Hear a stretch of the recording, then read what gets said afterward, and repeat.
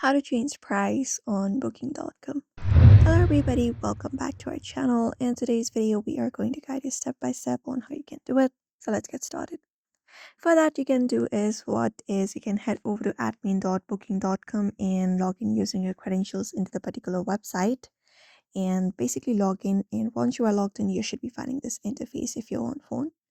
So the next thing you can do is, in order to change the price, is at the very top left corner you should be finding a three horizontal lines, a menu.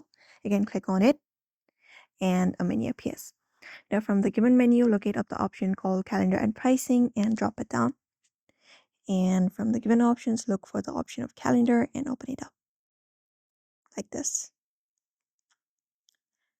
So once you open up calendar, you will hear it will show you your monthly view, your yearly view, and your list view. Similarly, you can select up the month as well. For now, let's head over to May, and we have different settings available with calendar.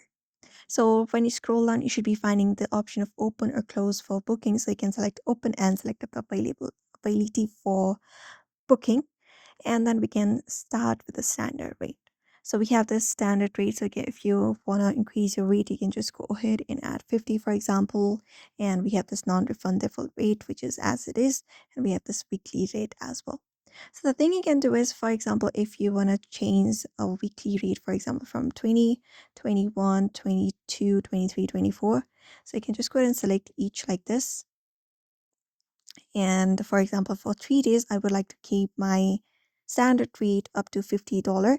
So you can just go ahead and change the price of your standard rate of your rooms on your hotel. After that is done, you can tap on save to make the changes. And once that is done, your prices should be changed for your particular room on your hotel. So that is it. You may follow this method in order to change the prices in booking.com. So I hope this video was helpful. Give it a thumbs up.